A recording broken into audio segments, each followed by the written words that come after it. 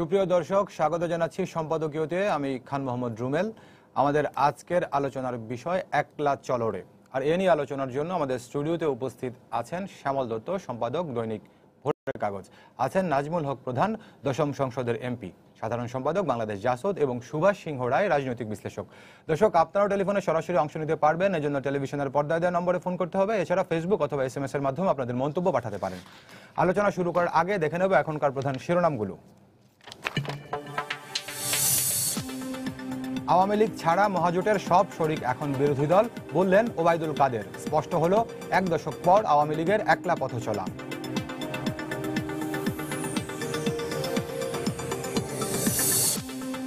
নির্বাচন নিয়ে রাজনৈতিক দল ও নাগরিকদের সঙ্গে সংলাপের বিষয়ে ঐক্যফ্রন্টের স্টিয়ারিং কমিটির বৈঠক, ছিলেন না বিএনপির কেউ।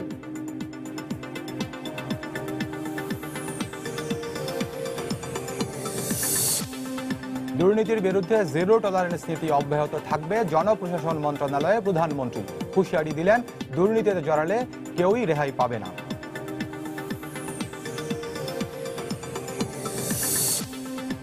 সন্ত্রাস ও দুর্নীতির বিরুদ্ধে জিরো টলারেন্স বাংলাদেশের। কূটনীতিকদের সঙ্গে বৈঠকে পররাষ্ট্রমন্ত্রী, সহযোগিতার সম্পর্ক বজায় থাকবে। ব্রিফিংয়ে কূটনীতিক কোরের প্রধান। এবং ট্রাফিক শৃঙ্খলা অভিযানের মধ্যেই রাজধানীর সড়কে বিশৃঙ্খলা, ব্যবস্থাপনার অভাবকে দুষছেন সাধারণ মানুষ। শৃঙ্খলা আনতে সর্বোচ্চ চেষ্টার দাবি পুলিশের।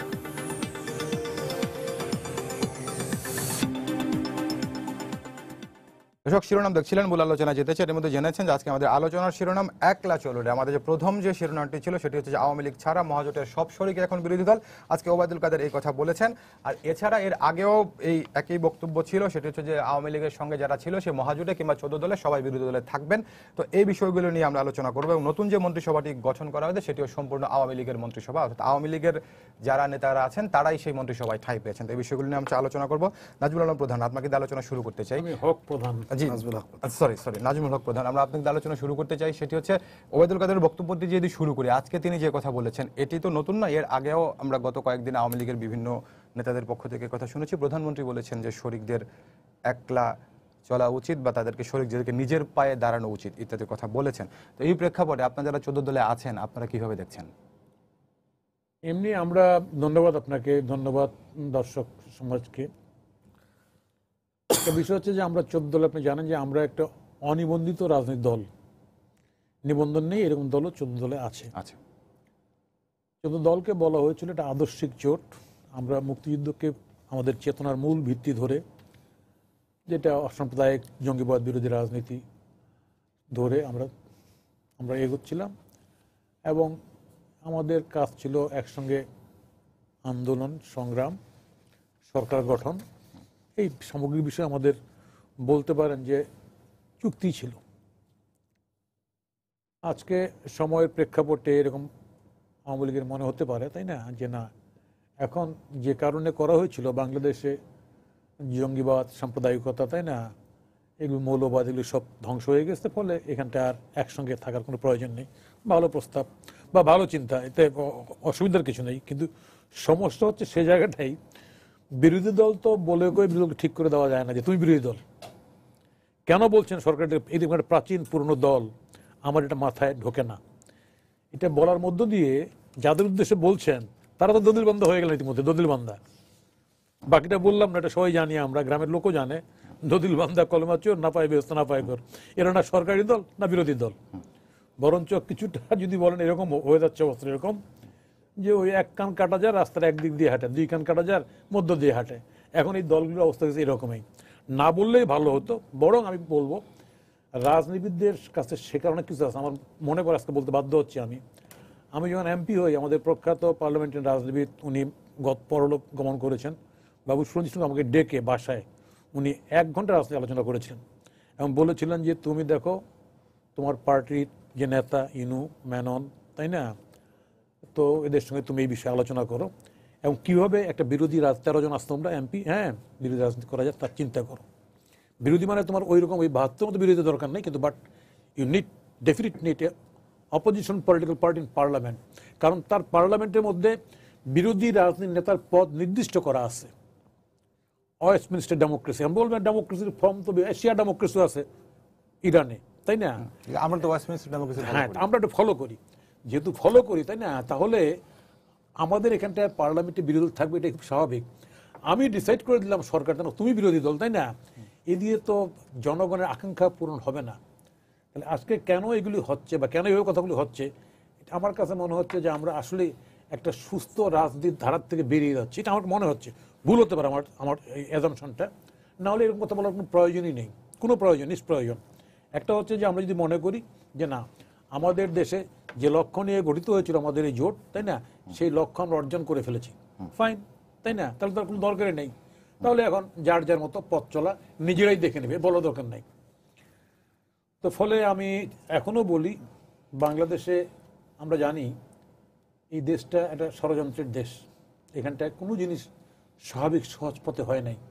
আজকে আওয়ামী লীগের এই উত্থান, বঙ্গবন্ধু কন্যা শেখ হাসিনার নেতৃত্বে মারাত্মক জীবনের ঝুঁকি নিয়ে ওনাকে 21শে আগস্ট যে ঘটনা ঘটে গেছে, রাষ্ট্রযন্ত্রের সহায়তায় আমরা দেখেছি, তাই না?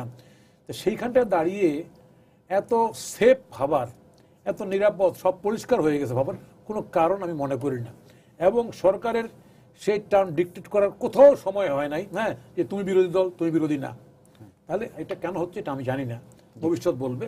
আমি আশা করব রাজনৈতিক যারা বিশ্লেষক আছেন, যারা রাজনীতি চিন্তা করেন, তারা এক্ষেত্রে নিশ্চয়ই জাতিকে পথ দেখাবেন। আমার বিশ্বাস এই বাংলাদেশটা, বাঙালি জাতিটা মুক্তিযুদ্ধের মধ্যে দিয়ে বঙ্গবন্ধু নেতৃত্বে স্বাধীন হওয়ার পরে অনেকবার এটাকে পথ হারানোর চেষ্টা করা হয়েছে, কিন্তু বহু সংগ্রামের মধ্যে দিয়ে এটা আবার পথে ফিরে আসছে। আমার ধারণা আমরা অবশ্যই বাংলাদেশের রাজনৈতিক অঙ্গন একটা সঠিক ধারায়, অসাম্প্রদায়িক ধারার, মুক্তির ধারায় রাজনীতির সঠিক পথ খুঁজে পাবে, আমি সেই আঙ্কে। ধন্যবাদ আপনাকে। শ্যামল দত্ত, আপনার কাছে আসতে চাই, সেটা হচ্ছে নাজমুল ভাই যেটি বলছেন সেটা হচ্ছে যে বলে কয় বিরোধী দল হয় না, এক। আর দ্বিতীয় কথা হচ্ছে যে বিএনপির মতো একটি বড় দল, যারা হচ্ছে গত সংসদে তো ছিলই না, তো এখন পর্যন্ত তাদের যে সিদ্ধান্ত, মানে এখন পর্যন্ত তারা বলছে তারা শপথ নেবেন না, তো সেই সিদ্ধান্ত পরিবর্তন হবে কিনা সেটা তো আমরা জানি না, কিন্তু এখনকার কথাই বলি। তাহলে পরে বিএনপির মতো একটি বড় শক্তি সংসদের বাইরে থাকছে, আবার সরকারও বলছে যে বিরোধী দলের প্রয়োজনীয়তা তারা অনুভব করছে জবাবদিহিতা ইত্যাদি নানা বিষয় নিশ্চিত করার জন্য, কিন্তু যে প্রক্রিয়াতে এই বিরোধী দলগুলো, এটা আসলে কতটুকু কার্যকর হবে বলে আপনি মনে করেন? আমার মনে হয় এই যে সিদ্ধান্তটি আজকে ওবায়দুল কাদেরের কাছ থেকে আমরা শুনলাম, যে তারা চায় যে 14 দলীয় জোটের যে বাকি দলগুলো তারা বিরোধী দল হিসেবে দায়িত্ব পালন করুক, এটি গণমাধ্যমে আসার আগে তাদের নিজেদের মধ্যে একটি আলোচনা হওয়া উচিত ছিল। কারণ এটা একটা জোট এবং একটা দীর্ঘ পথ পরিক্রমা আছে, এর সুখের সময় আছে, এর দুঃখের সময়ও আছে, এর কষ্টের সময় আছে, এর বেদনার সময় আছে, এর আনন্দের সময়ও আছে। ফলে সবগুলোকে বিবেচনায় নিয়ে এরকম একটি সিদ্ধান্ত মানে গণমাধ্যমের সাথে আলোচনা না করে আগে 14 দলীয় জোটের মধ্যেই আলোচনাটি হয়ে সিদ্ধান্তটি আসলে ভালো হতো। আমি প্রথমত মনে করি যে একদিক থেকে কথাটি ঠিক, যে 14 দল তো সরকারি দল হতে পারে না, সবগুলো দল। এখানে যে দল সরকার গঠন করেছে তারা একটা ছিল আদর্শিক জোট, যেটি নাজমুল ভাই বললেন অলরেডি। আদর্শিক জোট হিসেবে থাকতেই পারে, তার মধ্যে কেউ সরকারি দল হবে, কেউ বিরোধী দল হবে, কিন্তু সবাই কি যে সরকারি দল হতে হবে এরকম কথা নেই। আবার কেউ বলে দিল, আবার কেউ বিরোধী দল হয় না।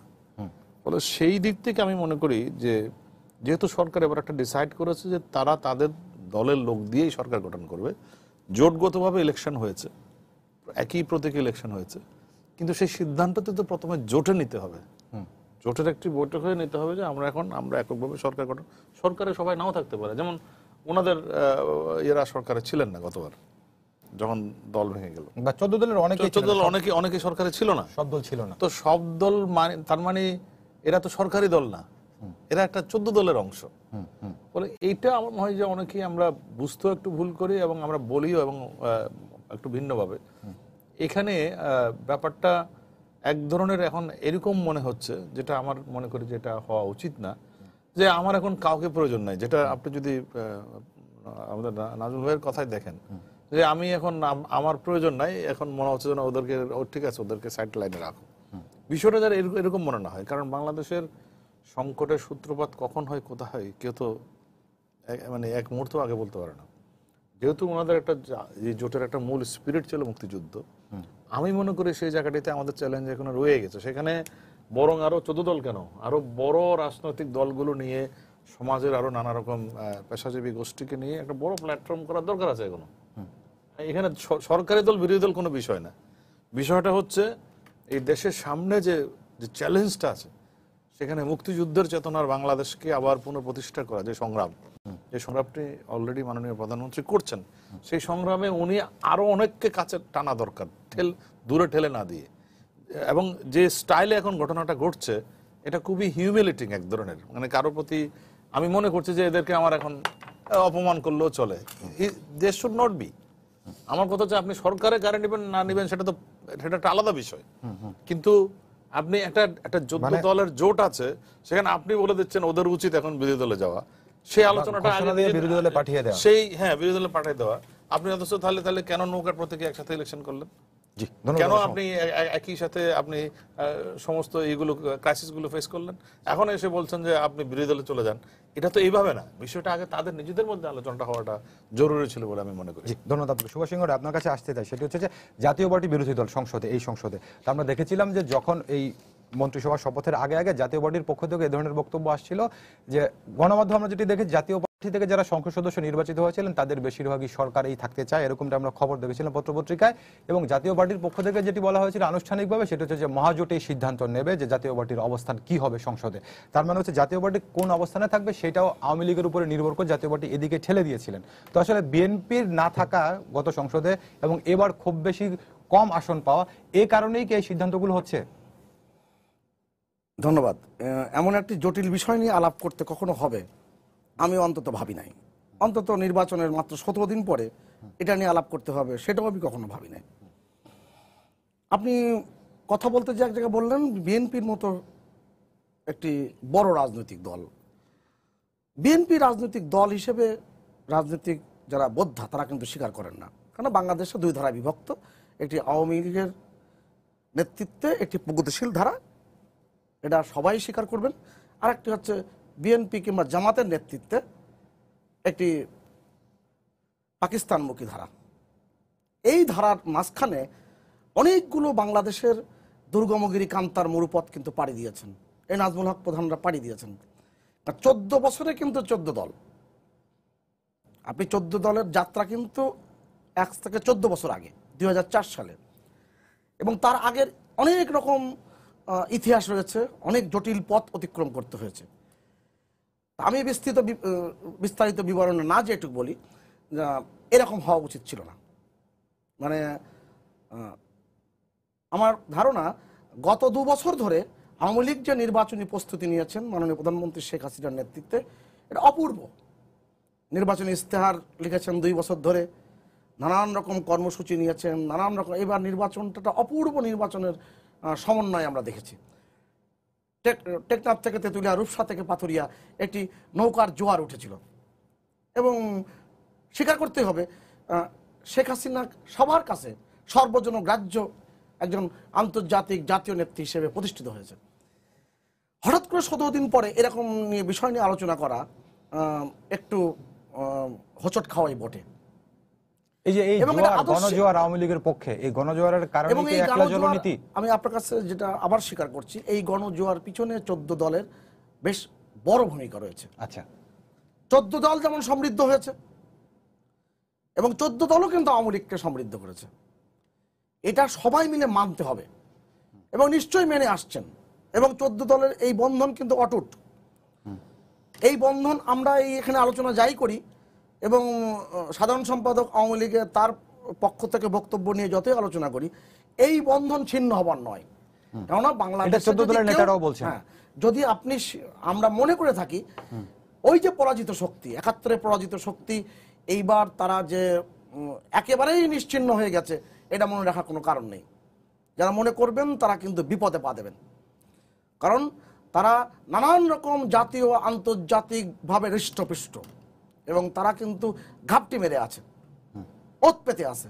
অতএব সেই জায়গা থেকে এই 14 দলের যে রাজনৈতিক যে দর্শনের জায়গাটি, এটা তো একটা আদর্শের ঐক্য, এটি দর্শনগত কিন্তু মিল রয়েছে বলেই যুদ্ধাপরাধীর বিচার চাই, বঙ্গবন্ধু হত্যাকাণ্ডের বিচার চাই, এবং বাংলাদেশে একটি গণতান্ত্রিক লোকায়ত সমাজ ব্যবস্থা প্রতিষ্ঠা করতে চাই। এই ধারণা নিয়ে 14 বছর কিন্তু 14 দল পথ চলেছে। অতএব এখান থেকে ভুল বুঝাবুঝি, প্রান্তিক বিচ্যুতি অনেক হতে পারে, কিন্তু এই জায়গায় যারা আলোচনা করব তারা বিরোধী দলে থাকবে না সরকারি দলে থাকবে। এবং মাননীয় প্রধানমন্ত্রীকে কিন্তু একমাত্র প্রতিক্রিয়াশীল কিছু গোষ্ঠী ছাড়া সবাই তার নেতৃত্ব মেনে নিয়েছে। অতএব এখানে জটিলতার জায়গাটি আর নাই আজ থেকে। কিন্তু সুভাষ সিংহরা নেতৃত্ব মেনে নেওয়া কিংবা অনৈক্য সৃষ্টি হওয়া সেগুলো কিন্তু বিষয় না। আওয়ামী লীগের পক্ষ থেকেও বলছে যে বন্ধ নোট আছে, 14 দলের নেতারাও বলছেন বন্ধ নোট আছে এবং আদর্শিক যুগ সেটা সবাই বলছেন এবং প্রধানমন্ত্রীকে সবাই নেতা হিসেবে মেনে নিয়েছেন। কিন্তু বিষয় যেটি দাঁড়িয়েছে সেটি হচ্ছে যে 14 দল যখন আওয়ামী লীগের সঙ্গে জোটভুক্ত হয়, এর আগে আমরা দেখেছিলাম 2008-এর সংসদের কথা যদি আমরা বলি, সেখানে আমরা দেখেছিলাম যে 14 দলভুক্ত কেউ নির্বাচনে নমিনেশন পাননি, কিন্তু হচ্ছে টেকনোর কোটায় মন্ত্রী হয়েছিলেন। আবার এবারে যেমন নাজমুল ভাই যেটি বলছিলেন যে অনিবন্ধিত দলও আছে, কিন্তু আবার অনেক দল আছে 14 দলের মধ্যে যাদের থেকে কেউ নমিনেশন পাননি। তো এখন হচ্ছে যারা হয়তো সংসদ সদস্য নির্বাচিত হয়েছেন তারা হয়তো বিরোধী দলে যাবেন বা সংসদে তাদের প্রতিনিধিত্ব থাকছে, কিন্তু 14 দলভুক্ত যারা নির্বাচনে মনোনয়ন পাননি, মন্ত্রিসভায় না, এখন তাহলে তাদের অবস্থাটা কি বা তারা এই প্রশ্ন কি তুলবে না 14 দলে ভুক্ত হয়ে আমাদের ফায়দা কি? আমি একটু ইতিহাস থেকে বলি, 1 মিনিটে শেষ করব। জি, 1947 সালে যখন জওহরলাল নেহরুর নেতৃত্বে যখন কংগ্রেসের সরকার ভারতে প্রতিষ্ঠিত হলো, তখন কিন্তু নানান রকম সংকটের পথ দেখা দিয়েছিল। তখন কিন্তু আরএসএস এর পত্রিকা তারা ছিল এবং কমিউনিস্টদের একটি পত্রিকা ছিল ক্রসরোড। এই পত্রিকাগুলো অনবরতভাবে কিন্তু কংগ্রেস সরকারের বিরুদ্ধে লাগলো। আমি ওই ইতিহাসের দিকে যাচ্ছি না। আপনি দেখেন তখনকার প্রেক্ষাপটে আপনি সরোজিনী নাইডু, স্যার তেজ বাহাদুর সেপ্রু, চক্রবর্তী গোপালাচার্যিয়া, এই তিনজনের যদি সম্বন্ধে দেখেন, তারা কিন্তু জাতীয় ঐক্যমতের একটি ধারণার মধ্যে কিন্তু জওহরলাল নেহরু আনতে পেরেছিল। আমাদের ক্ষেত্রে এই রকম বঙ্গবন্ধুর নেতৃত্বে দেশ স্বাধীন হওয়ার পর বাংলাদেশে কিন্তু এরকম একটা সংকটের জায়গা তৈরি হয়েছিল। এই সংকটের জায়গায় কিন্তু তখন আমরা উতরাতে পারিনি। আমি যদি নির্মমভাবে আলোচনা করি, আপনি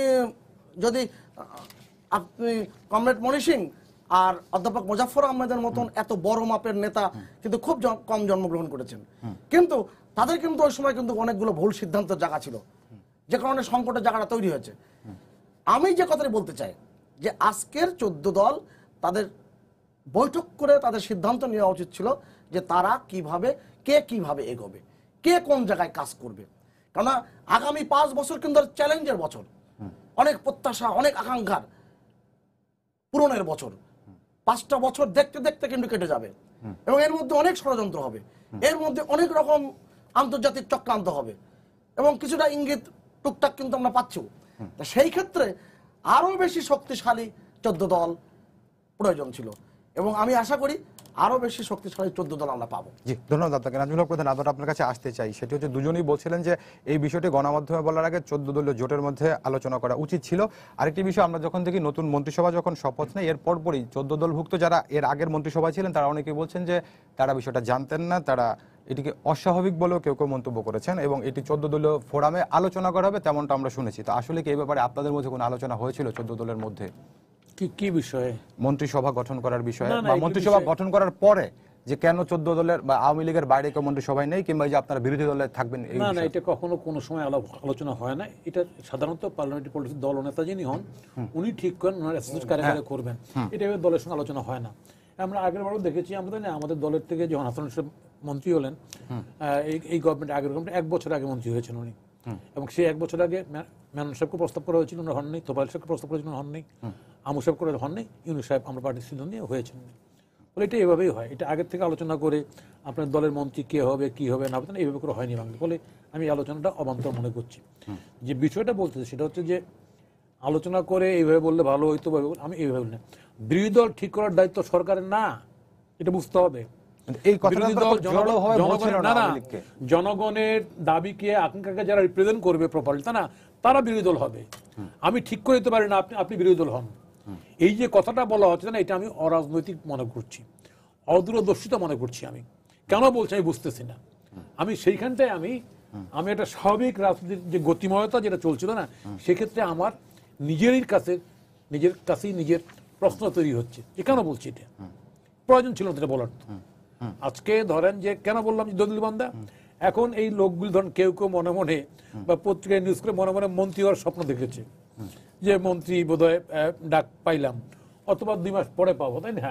এখন আপনি বলতেছেন এইভাবে, তাই না? আপনি মন্ত্রী করার দরকার নেই, করেন না, কিন্তু এখন আপনি বললেন তো বিরোধী দলে যাও, তার মানে এরা কি আপনাদের সঙ্গে থাকার জন্য খুব খুব উদ্গ্রীব হয়ে আছে বা সিরিয়াস একটা করছে? ঘটনাটা কি?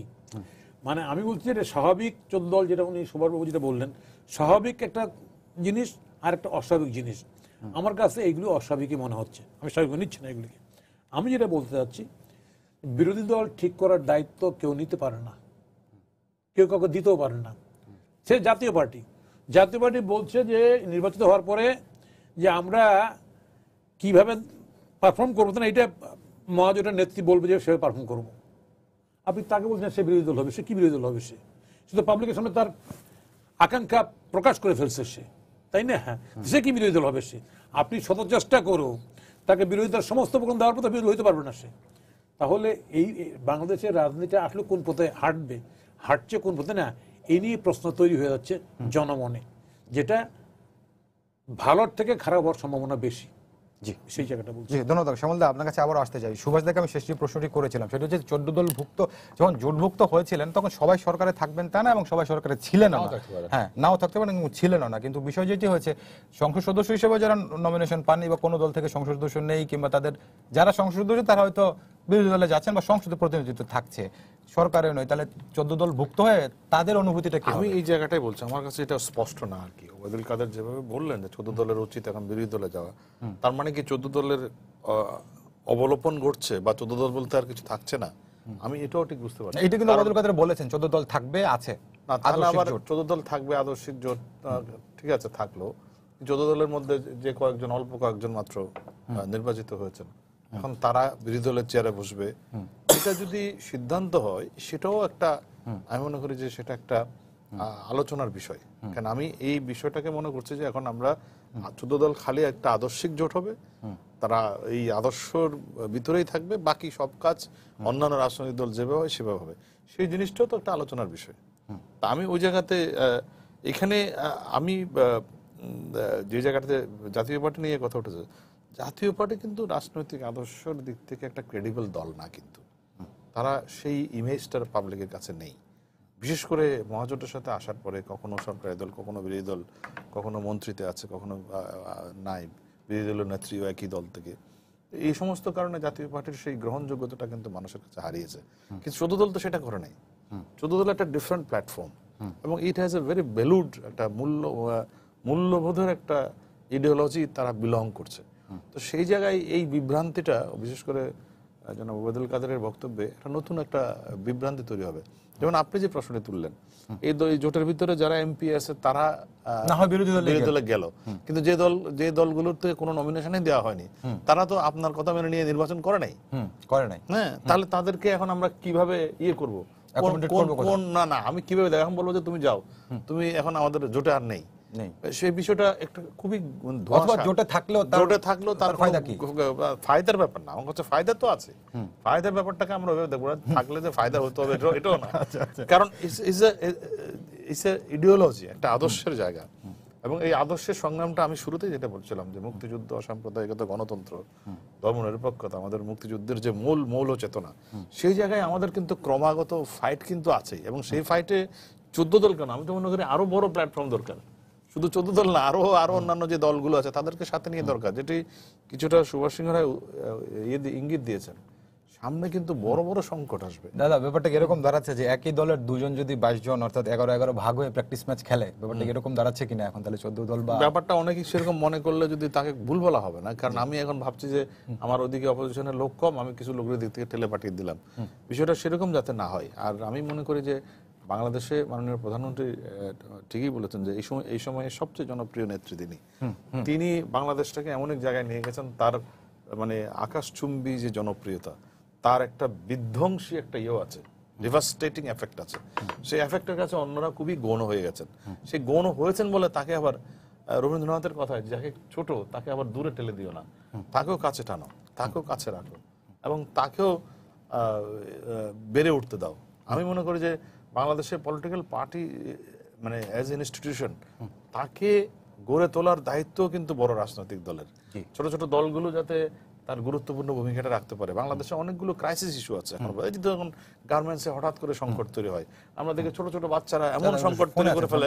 অবশ্যই আমি একটা এই লাইনটা বলে শেষ করছি, এই ছোট ছোট বাচ্চারা এমন সংকট তৈরি করে ফেলে প্রধানমন্ত্রী পর্যন্ত ইন্টারভেন করতে হয় যে মন্ত্রীরা আপনারা ভয় পায় না, বা ছোট বাচ্চাদের একটা আন্দোলন আমরা দেখিনি কতদিন আগে। তো যখন সংকট তৈরি হতে তো বেশিক্ষণ সময় লাগে না। জি ধন্যবাদ আপনাকে। সুভাষ দা আপনার কাছে আসবে, দর্শকের ফোনটা নিয়ে আসছি। জি দর্শক, আপনার পরিচয় দিয়ে প্রশ্ন করুন। জি, বরিশাল থেকে বলছিলাম মামুন। জি বলুন। আমি সুভাষ সিং দার কাছে প্রশ্নটা আমি জিজ্ঞেস করতে চাই জি যে জাতীয় পার্টি শুধু নাঙ্গল প্রত্যেক দিয়া নির্বাচন করতে এবং অন্য দলারা তো নৌকাই নির্বাচন করতে, তাহলে সরকারের অংশীদারিত্ব পাবে না কেন? তারা বিরোধী দলে যাবে কেন? জি ধন্যবাদ আপনাকে। সুভাষ দা। মানে আমরা এখানে যে তিনজন আলোচনায় অংশগ্রহণ করছি তার মধ্যে সবচেয়ে কম বোঝা মানুষ আমি। অর্থাৎ স্বাভাবিক কারণে এরকম কঠিন প্রশ্ন উত্তর দেওয়া আমার পক্ষে অতটা সম্ভব হবে না। যতটুকু বুঝি ততটুকু বলি। বাংলাদেশের রাজনীতিতে নানান সময় রাজনীতিতে নানান রকম সংকটের জায়গা তৈরি হয় এবং বুঝে না বুঝে আমরা কিন্তু সংকটের পথে কিন্তু পা বাড়াই।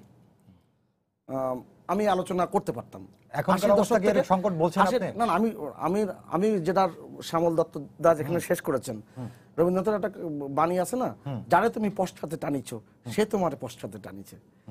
এখনকার অবস্থাটা কি আমি যদি কাউকে যদি এরকম টানতে থাকি, কিংবা যদি এই যে এত অসাধারণ একটি অটুট বন্ধন তৈরি হয়েছে, সেই বন্ধনে যদি সামান্যতম চির ধরে, তাহলে কিন্তু ওই পরাজিত শক্তি যারা কিন্তু আপাতদৃষ্টি মনে হচ্ছে তাদের মহাবিপর্যয় হয়েছে, সত্যি সত্যি মহাবিপর্যয় হয়েছে, কিন্তু তারা কিন্তু ওত পেতে আছে নানান রকম নানান ছলে বলে কৌশলে।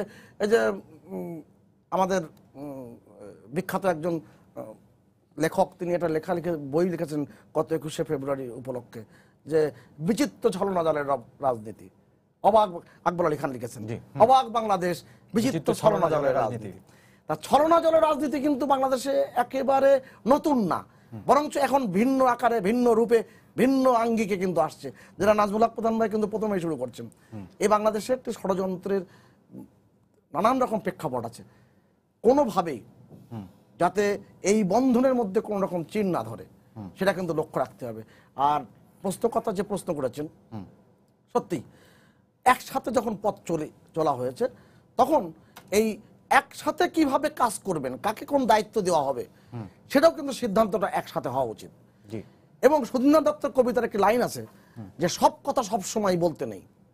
আমরা উটপাখি কবিতা পড়েছি না, যে অন্ধ হলে কি প্রলয় বন্ধ থাকে, ওই কবিতারই লাইন হচ্ছে সব কথা সব সময় বলতে নেই। আমাদের অনেক বিখ্যাত বিখ্যাত রাজনীতিবিদরা, দায়িত্বশীল ব্যক্তিরা অনেক সময় সব কথা বলে ফেলেন, এটা বলা ঠিক না। এইটাই আমার বিশ্লেষণ।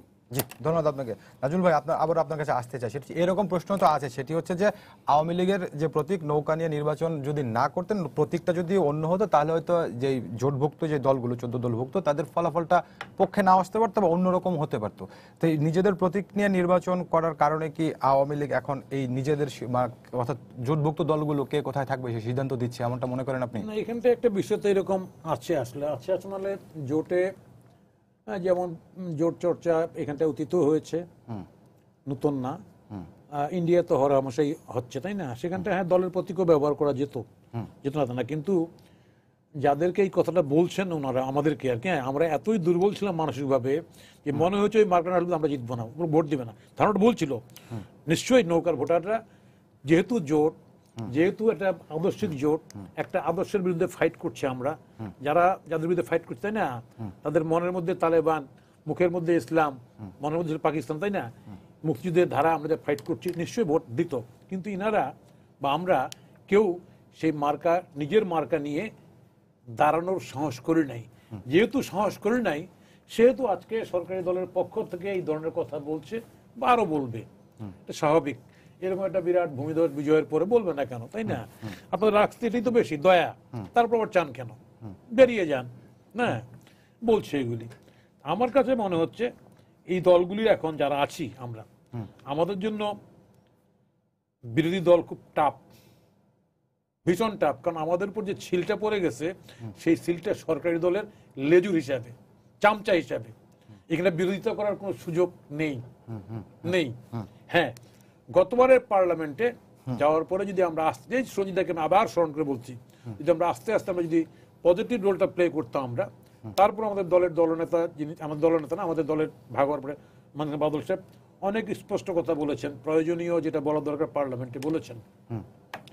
যদি করতাম তাহলে আজকে আমরা নিজেরাই সেই কাজটা করতে পারতাম, আমাদেরকে সরকার বলতে হতো না। এখন তো এরকম অবস্থা হয়েছে, ওই যে কি কয় মানে ভিক্ষা দেনা বা কুত্তা খেদা না কি আছে না কথা আছে না, হ্যাঁ এরকম অবস্থা হয়ে না গেছে। না, বৈষ্ণব পদ বলে একটা লাইন আছে, লাইন আছে। যাহার তরে আমি ঘর করিল বাহির, বাহির করিল ঘর, সে কিনা আমারই পর হলো।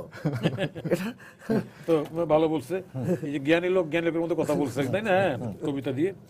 তো আমি যেটা বলতে চাচ্ছি এখানটায় যে আসলে আমি সরকারি দলকে বলবো, বিরোধী দল আপনারা নির্ধারণ করে দিয়েন না, এটা করতে যায়েন না, এটা করতে গেলে ক্ষতি।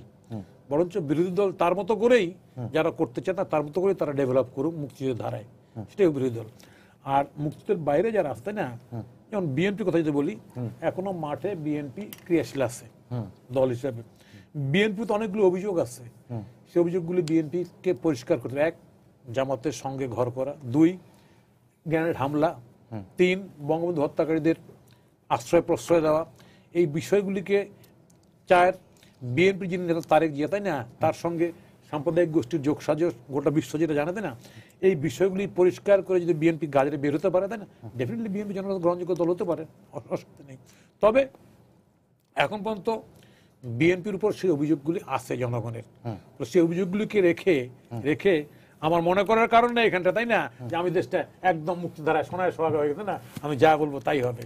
জি ধন্যবাদ। শ্যামল আপনার কাছে যেহেতু বিএনপির কথা বলছিলেন প্রধান ভাই, আজকে ঐক্যফ্রন্টের স্টিয়ারিং, একটু নাজমের সাথে একটু ভিন্নমত পোষণ করে বলেছি, আপনারা চাইলেও সরকারের সমালোচনা করতে পারেন, সরকারের লেজুর হিসেবে আপনারা চিহ্নিত হবেন কেন? আপনারা একটা জোটে ছিলেন, জোট হিসেবে ইলেকশন করেছেন, you have all the right to criticise government, সেটা পার্লামেন্টে থেকেও পারেন, ইভেন পার্লামেন্টের বাইরে থেকেও পারেন। আপনারা নিজেদেরকে এত হিউমিলিয়েশনের মধ্যে রাখছেন যে আমরা সরকারের লেজুর হিসেবে ছোট্ট কথা বলি আপনাকে, এখানে আত্মতৃপ্তির কারণ নাই। আমি নিজে সদ্যকে 1 টাকা বাজেটের আলোচনার কাট প্রস্তাব দিয়েছিলাম, 1 টাকা, আমাকে প্রেসার করে হুইপ সাহেব, তাই না, আমি বলছি আপনার হুইপিং চলে না, আমাদের ডাকেন না কোনো, তাই না, প্রেসার করে আমাকে উইথড্র করাইতে হয়েছে, এবং আমার পার্টির লিডার আমার কোনো ডিফেন্স দেয় নাই, বলছি বলে লাভ নাই তো, দ্যাটস প্র্যাকটিক্যাল।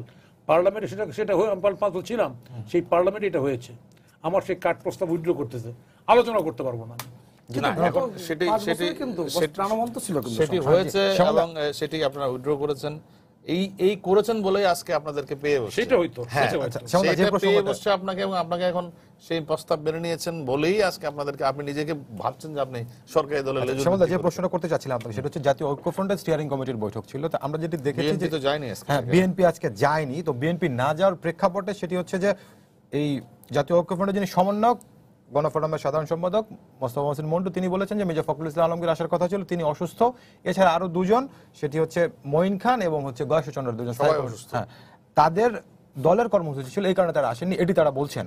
তো আসলে এটিকে এক ধরনের টানাপোড়েন দেখছেন কিনা? অবশ্যই টানাপোড়েন ঠিক না, কারণ একই সময়ে মির্জা ফখরুল আরেকটা অনুষ্ঠানে অংশ নিয়েছেন, ফলে তিনি অসুস্থতার কারণে ওখানে যাননি, সেটা কিন্তু ঠিক না, কারণ আমরা যতটুকু জানি তাকে ওই প্রশ্নটি করা হবে, এবং আমরা গণমাধ্যম সেই প্রশ্নটি করতাম যে আপনি যে বলেছিলেন যে বিএনপি কে বলবেন জামাত ছাত্রায়, সেটি বলেছেন কিনা, এই বিব্রতকর প্রশ্ন এড়াতেই তারা এই মিটিং এ যাননি। এবং বিএনপি, আমার ধারণা যে ঐক্যফ্রন্ট অলরেডি আর কার্যকর কোনো ফ্রন্ট হবে না, কারণ অলরেডি নিজেদের ভিতরে যে আলাপ আলোচনা তাদের, আপনি যদি মেজর হাফিজের বক্তব্য দেখেন, এই সমস্ত বক্তব্য তো ওখানে আলোচনায় আসবে, ফলে এই অবস্থায় রাতে তারা এই পথ নিয়েছেন, এবং আলটিমেটলি এই জোট আমি তো মনে করি না যে আর কার্যকর কোনো জোট হিসেবে ফাংশনেবল হবে, সেটি আর মনে হচ্ছে না। অলরেডি তাদের মধ্যে বিভিন্ন ইস্যুতে বিরোধ, এটা আগে থেকেই ছিল, জামাত নিয়েছিল, আর অন্যান্য ইস্যুতেও ছিল, এবং কামাল, যেটা মেজর হাফিজ বলেছেন, কামাল হোসেনের নেতৃত্ব নিয়ে আমাদের ভুল ছিল, কামাল হোসেনের এমন কোনো পলিটিক্যাল ব্যাগ নেই, এই কথাগুলো তো একটা দলের মধ্যে, এই একটা জোটের মধ্যে এই কথাগুলো তো নিজেদের মানে সংকটের চেহারায় তুলে ধরে, ফলে সেদিক থেকে আমি মনে করি না যে আর এটা এফেক্টিভ জোট যে হয় না তার প্রমাণ তো নির্বাচন। এই নির্বাচনে ডক্টর কামাল হোসেনের যে আহ্বান বা তার যে পলিটিক্যাল অ্যাকশনগুলো, সেগুলো যদি দেখেন তাহলে বুঝবেন যে এদের আসলে সেই ভিত্তিটা স্ট্রং না। আপনি বললেন জনগণরা আসে, ভোরবেলা এসে ভোট বিপ্লব ঘটায় দেন, কিন্তু জনগণকে তো আসতে দেখলাম না, তার মানে আপনার আহ্বানের মধ্যে কোথায় একটা দুর্বলতা ছিল। আর ওনারা যে ভাষায় কথা বলেন, ডক্টর কামাল এবং অন্যান্যরা, এদের হয়েছে কি এরা অত্যন্ত প্রজ্ঞাবান মানুষ, কিন্তু পিপলস ল্যাঙ্গুয়েজটা আসলে ওনারা দিতে জানেন না। কারণ আপনি বললেন জনগণ হচ্ছে এই দেশের মালিক, কারণ গ্রামের ভূমিহীন কৃষক সে বলে যে আমি একটু ভূমির মালিকই না, দেশের মালিক কবে হলাম? আবার সে যখন বলে যে এই আমরা জনগণের ক্ষমতা জনগণকে ফিরিয়ে দেবো, এই কথাগুলো খুব সুন্দর। মানে বাংলাদেশটা তো আর সিড্ডা মিলনায়তন না। সিড্ডা মিলনায়তন অনেক কিছু বলা যায়, বা প্রেস ক্লাবের রাউন্ড টেবিল আপনি অনেক কিছু বলতে পারেন, কিন্তু রিয়েল পিপলস এর ভাষা সেটি যদি আপনি না বোঝেন এবং সেই কমিউনিকেশনটা যদি আপনার না হয়, আপনার আপনার স্তরের সঙ্গে যদি ওদের স্তরের সেই মিলটা না হয়, তাহলে কিন্তু আপনার একটা দূরত্ব থেকে যায়। আমার মনে হয় সেটাই একটা এবার ঘটেছে, এবং সেটা ঘটার কারণে বিএনপি যে রাজনীতিটা করে সেই রাজনীতিটার সঙ্গে কিন্তু এদের কিন্তু হয় নাই, তেলে জলে যেমন মিশে না। যেমন ধরুন গত 10ই জানুয়ারি গণফোরাম আপনার বঙ্গবন্ধু সদস্য প্রত্যাবর্তন পালন করছে, অথচ সে কিন্তু বিএনপির সাথে আবার জোট করছে, আবার একই সাথে তারা জামাতের সাথে ইলেকশন করেছে। এই যে খিচুড়ি টাইপের জিনিস, এটা কোনো কিছুই দাঁড়ায় না তখন আর। সে দাঁড়ায় না বলেই কিন্তু এটা কিন্তু শক্ত রিফটের মধ্যে ছিল না বলেই ডক্টর কামালও স্বীকার করেছেন যে তাড়াহুড়ো করতে গিয়ে আমাদের অনেক ভুল ছিল। তো এটা যদি একটা উপলব্ধি হয়, সেই উপলব্ধি যখন আপনি আস্তে আস্তে রিফট ধরবে, যখন অনেকগুলো ভাঙন ধরাবে, সেই ভাঙনটা তখন অনিবার্য আপনার জন্য। আমরা সেটাই দেখতে পাচ্ছি, এবং আলটিমেটলি দেখবেন যে এটা ওই ডক্টর কামাল হোসেন ওই কাদের সিদ্দিকী যেটা আগে ছিল যুক্ত ফ্রন্ট, ওটাতেই পরিণত হচ্ছে। ওই কাদের সিদ্দিকী ওই কাদের সিদ্দিকী আজকে জানি হয়তো কোনো কারণে, বাট ওই যে ওটা হবে, কারণ কাদের সিদ্দিকী তো আমরা জানি যে কি কারণ ওখানে গেছেন, তার আগে কি পরিমাণ অপেক্ষা করেছেন এই দিকের জন্য। তো সব মিলিয়ে সেই জায়গাতে ওই আগে যে যুক্ত ফ্রন্ট ছিল কাদের সিদ্দিকী, আসম আব্দুর মাহমুদুর রহমান মান্না আর হ্যাঁ, সে ওই জায়গাতে রয়ে গেছে এটা। এবং আলটিমেটলি এটা আর আমার ধারণা যে আগামীতে আর এটা সে ফাংশন করবে না। কিন্তু যে জায়গাটিতে আমরা আলোচনাটা ছিলাম, আমি মনে করি যে এটা খুবই চমৎকার একটি কথা বলেছেন, যে একটা চিন্তাকে যদি আপনি সামনে নিয়ে অগ্রসর না হন, আপনার চ্যালেঞ্জকে কোনোভাবে ছোট করে দেখা উচিত না। আমি মনে করি যে বাংলাদেশের সামনে এখনো অনেক গুরুত্বপূর্ণ চ্যালেঞ্জ রয়ে গেছে। বিশেষ করে এই সরকার একটা এমন যত মেজরিটি তত কিন্তু আপনার উপরে একই সঙ্গে চাপ, এবং সেই চাপটা মোকাবেলা করা কিন্তু খুব কঠিন হবে সামনে, যদি আপনি সত্যিকারের কৌশল নিয়ে। ধন্যবাদ শ্যামলদা। জি দর্শক, আপনার পরিচয় দিয়ে প্রশ্ন করুন। জি, আমি মোস্তাফিজুর রহমান বলছি সৈয়দপুর থেকে। জি বলুন। তো আজকে আমাদের যে গেস্ট আসছে তারা সবাই সম্মানিত এবং জ্ঞানী গুণী। তো তাদের কাছে আমার একটা প্রশ্ন, সেটা হচ্ছে যে আজকের এই একাদশ জাতীয় সংসদ নির্বাচন হয়ে যাওয়ার পর আমরা দেখছি মহাজোট বিপুল সংখ্যক সিট মানে আসন থেকে তারা বিজয় হয়েছেন। তো এরই মধ্যে আমাদের একটা মানে বিরোধী দল নিয়ে যে একটা দুম্রজল সৃষ্টি হয়েছে, যে বিরোধী দলটা আমাদের কিভাবে গঠিত হবে। তো সেক্ষেত্রে আমি আমাদের আজকে মহামান্য গেস্ট যারা তাদেরকে বলতে চাচ্ছি যে আমরা তো সবাই বাংলাদেশের নাগরিক, যারা আমরা সংবিধানের বাইরে নয়। আমাদের সংবিধানে স্পষ্ট করে আমরা আমাদের কিভাবে চলতে হবে, কোনটা করা যাবে কোনটা করা যাবে না স্পষ্ট লেখা আছে। তো সেক্ষেত্রে আমি বলতে চাচ্ছি যে এই যে বিরোধী দল মহাজোট যারা একই সাথে নির্বাচন করে নৌকা প্রতীক বা কেউ লাঙ্গল নিয়ে যারা পাশ করেছেন, তো আমাদের সংবিধানের কোন অনুচ্ছেদে এরকম কি স্পষ্ট লেখা আছে বা ধারণা দেওয়া আছে কিনা যে একই সাথে নির্বাচন করলেও ইচ্ছে করলে যারা জোটে নির্বাচন করবে তারা তাদের কাছ থেকে মহাজোটের কাউকে বা জোটের কাউকে, অর্থাৎ জোটমুক্তভাবে নির্বাচন করলেও কেউ বিরোধী দলে কেউ সরকারে থাকতে পারবে কিনা, এমনটা জানতে চাচ্ছেন? এটা স্পষ্ট আছে কিনা? জি ধন্যবাদ আপনাকে। সুভাষ সিংহ রায়, আপনার কাছে এই আলোচনার উত্তর নিশ্চয় পেলেন। তার আগে ঐক্যফ্রন্টের বিষয়ে শ্যামলদার যে আলোচনাটি করছেন, এখান থেকে যদি আপনি কিছু বলেন। না, আমারও আছে কপাল খারাপ। আমার কাছে প্রসঙ্গ আসলে এই জটিল প্রশ্নগুলো কিন্তু শেষ পর্যন্ত চলে আসে। আপনি সবচেয়ে জ্ঞানী, শ্যামলদা যেটি বলছিলেন। হ্যাঁ, আমি এই দুজনের কাছে একেবারে অনেক ছোট। আমি একটা খুব কথা আপনি তো বিশ্লেষক, একমাত্র রাজনৈতিক বিশ্লেষক। জাতীয় ঐক্যফ্রন্ট এটা যে দাঁড়াবে না, শ্যামলদা যেটা বলেছে, শ্যামলদা কিন্তু আজকে এসে 17 তারিখে এসে বলছেন না। শ্যামলদা যখন জাতীয় ঐক্যফ্রন্ট এই কার্যক্রম শুরু করছে, দেশ তর্জন গর্জন দিয়ে তারা নানান রকম বক্তব্য দিচ্ছেন, তখনও বলেছেন। আমরা তো বলেছি, তার মতো জোরে না বললেও আমরা কিন্তু বলেছি যে এটা হবার নয়। এবং ডক্টর কামাল হোসেন শেষ পর্যন্ত ভারতের গণমাধ্যমের কাছে স্বীকার করলেন ডিসেম্বরের 27 তারিখে যে আমার যাওয়া ঠিক হয়নি। কারণ তার আগে আমি জানতাম না জামাত এখানে আছে, এই জাতীয় কথা। আচ্ছা, আবার ডিসেম্বরের 14 তারিখে বাংলাদেশের গণমাধ্যমকে কি বলেছিলেন সেটা আমরা জানি। খামোশ বলে যেটি। এবং যতদিন আপনি এই তাদের যে প্রতিটা দিন তাদেরকে একটু একটু করে বড় বড় পদক্ষেপে পিছিয়ে দিয়েছে। এবং যত বেশি আসামর আব্দুর রব ভাই বক্তৃতা দিয়েছে, যত বেশি ডক্টর কামাল হোসেন এরকম বলছে যে খামোশ, তত বেশি কিন্তু আওয়ামী লীগের বিজয়ের পথে কিন্তু জাতি এগিয়ে গেছে। এটা স্বাভাবিক বাস্তবতা। ইশতেহার দিয়েছেন, এক ইশতেহার দিয়ে কিন্তু বিএনপি ভোট কমিয়ে ফেলেছেন 25%। যদিও কত শতাংশ ভোট পেয়েছে আমরা ঠিক জানি এটা। তা আজকের বাস্তবতায় আমাদের যে বন্ধনটি, আমি আবার উল্লেখ করি, 10ই জানুয়ারি বঙ্গবন্ধু যখন পাকিস্তানের কারাগার থেকে দিল্লিতে এসে পৌঁছালেন, দিল্লির বিমানবন্দরে তিনি যে বক্তৃতা রেখেছিলেন, এই বক্তৃতাটা এখন ইউটিউবের কল্যাণে আমরা সবাই দেখতে পাই। তিনি স্পষ্ট করে বলেছিলেন, অনেকে আমাকে প্রশ্ন করে আমার সাথে ইন্দিরা গান্ধীর এত মিল কেন, এত মিল কেন? আমি বলি এটা আদর্শের মিল, এটা নীতির মিল। আমি যদি ওখান থেকে ধার নিয়ে বলি, আজকের 14 বছরের যে 14 দলীয় জোট, এটা কিন্তু নীতির মিল, আদর্শের মিল। জি, দর্শকের প্রশ্ন একটু বিশ্লেষণ করেন। এই যে এটা একটা সাংবিধানিক বক্তব্য প্রস্তুত তিনি করেছেন, যারা আইন বিশারদ তারা ভালো উত্তর দিতে পারবেন। আমার মনে হয় না এই যে গত 2-3 দিন যাবত যে কথাবার্তাগুলো হচ্ছে, আগামী দিনগুলোতে এই কথাবার্তাগুলো আসবে নিশ্চয়ই গুছিয়ে, কিন্তু আগে যেমন চলা হয়েছে আমার ধারণা সেভাবে চলবে। আমি এই মুহূর্তে চটজলদি মন্তব্য করা আমার জন্য একটু জটিল, এবং আমি জানি না এটার সমাধানটা কোথায়। নিশ্চয়ই, কারণ বাংলাদেশের বিকল্পহীন অবলম্বন হচ্ছেন শেখ হাসিনা। এটা আমি বলছি না, এটা অমর্ত্য সেন বলেছেন তার সর্বশেষ লেখায়। এই বিকল্পহীন অবলম্বন নিশ্চয় তিনি যে একটি বন্ধন তৈরি করেছেন, সবাইকে নিয়ে পথ চলেছেন, সেই জায়গায় কিন্তু বাংলাদেশ এগিয়ে যাবে। নিশ্চয়ই সাংবিধানিক যে জায়গাগুলো, সেই জায়গাটার সমাধানও কিন্তু হবে।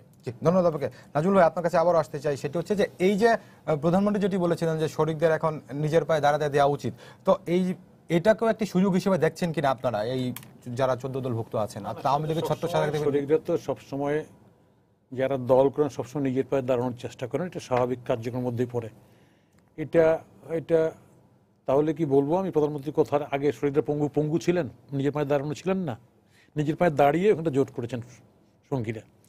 আমি যেটা বলতে চাচ্ছি, বঙ্গবন্ধু কন্যা শেখ হাসিনা প্রধানমন্ত্রী হওয়ার পর আজকে বোধহয় 3 টার্ম যাচ্ছে, তাই না? এই 3 টার্ম ধারাবাহিক যাচ্ছে। উনি কতগুলো চ্যালেঞ্জ ঘোষণা জাতির সামনে ঘোষণা করেছিলেন। 21 সালের মধ্যে বাংলাদেশটা নতুন বাংলাদেশ দেখবো আমরা, এবং প্রচুর বড় মেগা প্রজেক্ট কাজ হাতে নিয়েছেন, আপনারা জানেন, তাই না? আমাদের রেল, রাস্তা, বিদ্যুৎ, এভরিথিং, মানে আমি অ্যাজ এ হোল উন্নয়ন বলতে যেটা বুঝায় তার সামগ্রিক পরিকল্পনা করেছেন। এই কাজগুলি হাতে আছে, ডেফিনেটলি এই কাজের কৃতিত্ব উনারই। যদি ফেল করে দায়িত্বটা উনার। তাহলে আমরা চাই আমাদের প্রধানমন্ত্রী এই সামগ্রিক যে পরিকল্পনা করেছে, এই পরিকল্পনা সফল হোক, এবং সেই সফল করার কাজে আমরা সহায়তা করতে চাই। যদি ওনার এরকম মনে হয়ে থাকে যে না দরকার নেই আর, তাতেও অসুবিধা নেই। যদি মনে হয়ে থাকে যে না আমার যেটুকু হয়ে গেছে আমি বাকি কাজটুকু সম্পন্ন করতে পারবো দেশের জন্য, জাতির জন্য, ভালো কথা, কোনো আপত্তি নেই। এই জন্য কোনো হিংসার দেশ তো তৈরি করতে চাই না। তবে নিশ্চয়ই আমরা আমাদের নিজেদের পায়ে দাঁড়িয়েই রাজনীতি করব। জি, ধন্যবাদ। শ্যামল দা, শেষ মন্তব্য আপনার কাছ থেকে জানতে চাই। আমি মনে করি সামনে আমাদের দুটো বড় চ্যালেঞ্জ আছে। একটি হচ্ছে যে আমাদের 2020 সালে আমাদের বঙ্গবন্ধুর জন্মশতবার্ষিকী, আমরা জাতির একদম এরকম ব্যক্তিত্বের একটা জন্মশতবার্ষিকী, সেখানে আমাদের সবাইকে কাছে একসাথে নিয়ে এবং এই চেতনায় যারা একই সঙ্গে মানে গ্রন্থিত আছেন তাদের সবাইকে নিয়ে এটি করা উচিত। দ্বিতীয় আরেকটি চ্যালেঞ্জ হচ্ছে 2021 সালে বাংলাদেশের 50 বছর পূর্তি, এবং সেখানেও মুক্তিযুদ্ধের সকল পক্ষকে নিয়ে এই সেলিব্রেশনটা হওয়া উচিত। ফলে এখানে আমি বরং আরো চাইবো যে আমি যেটি শুরুতেই বলছিলাম, আরো সবাইকে নিয়ে কাছে আসেন। এটা ঠিক যে মাননীয় প্রধানমন্ত্রী এই মুহূর্তে বিকল্পহীন নেত্রী, শুধু বিকল্পহীন না, দূরবর্তী কোনো বিকল্প নেই। এটা আবার একটা বড় চ্যালেঞ্জ। এবং মাননীয় প্রধানমন্ত্রী যেভাবে বাংলাদেশটাকে দেখতে চান, সেখানে উনি নতুনকে তৈরি করছেন, নতুন নেতৃত্বকে তৈরি করছেন। এবার ক্যাবিনেট দেখলে তো সেটা বোঝায়। এখন আপনি যদি নতুন নেতৃত্ব তৈরি করেন, এই দলগুলোকেও শক্তিশালী, এই নতুন নেতৃত্বের জায়গাটা বাংলাদেশের একটা কাজের মধ্যে করে আপনার কাছে জানতে চাই, সেটা হচ্ছে আওয়ামী লীগের এবার বৈশিষ্ট্য এরকম মনে হচ্ছে দল এবং সরকারকে তারা আলাদা করতে চাচ্ছেন, দলকে শক্তিশালী করতে চান। তো এই যে জোটের যারা আছেন তাদেরকে এরকম যে আলাদা করতে পারে, আমি তো বলছি সেটা হতে পারে। সেটা আপনি যদি মনে করেন যে এখন এই মুহূর্তে আমরা 14 দল ভেঙে দিয়ে আমরা আলাদা করে সব কাজ করতে পারেন, সেটা অসুবিধা নেই। কিন্তু আবার আদর্শিক জোটটা থাকতে হবে, কারণ আপনার সামনে এই চ্যালেঞ্জগুলো আছে। 21 সালের চ্যালেঞ্জ আছে, 20 সালের চ্যালেঞ্জ আছে। আপনি 2021 সালে বাংলাদেশকে মধ্যমায়ের দেশ নিতে চান, আপনি 41 সালে বাংলাদেশকে উন্নত দেশ করতে চান, এবং আপনার সামনে মুক্তিযুদ্ধের বাংলাদেশ করতে চান। তো মুক্তিযুদ্ধের বাংলাদেশ করতে হলে তো মুক্তিযুদ্ধের সকল দলকে আপনার সাথে লাগবে। সেই জায়গাতে আমি মনে করি সঙ্গে যোগ করি, এক কথায় একদিনে এই বন্ধনটা হয়নি। 14 বছর ধরে এই জায়গায় এসেছে। আর এক কথায় কিংবা দুই কথায় একটি ঘটনায় এই ঐক্য ভাঙার সুযোগ নেই। জি। এটা আমার আশাবাদ। জি জি ধন্যবাদ। নাজমুল প্রধান, শেষ যদি কিছু কথা বলতে চান আপনি।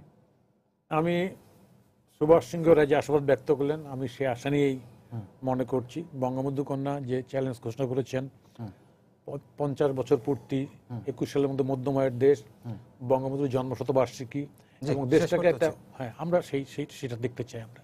জি, শ্যামল দত্ত, নাজমুল প্রধান, সুভাষ সিংহ রায়, তিনজনকে অসংখ্য ধন্যবাদ দিই। সবাইকে ধন্যবাদ জানিয়ে শেষ করছি আজকের সম্পাদকীয়। আগামীকাল আবারও দেখা হবে রাত 10টায়। দেখার আমন্ত্রণ রইল। শুভরাত্রি।